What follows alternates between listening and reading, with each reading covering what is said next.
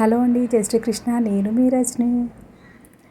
గురువు అంటే యోగులు, ఋషులు అవ్వాల్సిన అవసరం లేదు. పుట్టిన తరువాత మనకి నడక నేర్పించి మంచి బుద్ధులు నేర్పించే తల్లిదండ్రులు, మన తోబుట్టువులు, మన చుట్టూ ఉన్న బంధువులలో, మన స్నేహితులలో ప్రతి ఒక్కరూ కూడా వాళ్ళలోని మంచి అలవాటు ఏదైతే ఉంటుందో, వాళ్ళు చెప్పే మంచి ఏదైతే ఉంటుందో దాన్ని మనం స్వీకరించి నేర్చుకుంటే వాళ్ళే మనకి గురువులు.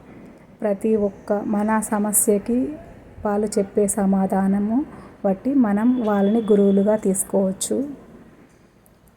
ఇంకా మనం మన జీవితంలో ఏవైతే సమస్యలు ఎదుర్కొంటామో, ఏవైతే అవమానాలు ఎదుర్కొంటామో అవే మనకి గుణపాఠాలుగా మారతాయి. స్కూల్లో గురువు పాఠాలు నేర్పుతూ ఉంటారు. మన చుట్టూ ఉన్న బంధువులు, సంబంధాలు మనకి జీవితపు గుణపాఠాలని నేర్పిస్తారు. మీకు కూడా ఇది నిజమే అనిపిస్తే జై శ్రీకృష్ణ అని కామెంట్లో రాయండి. ధన్యవాదాలు.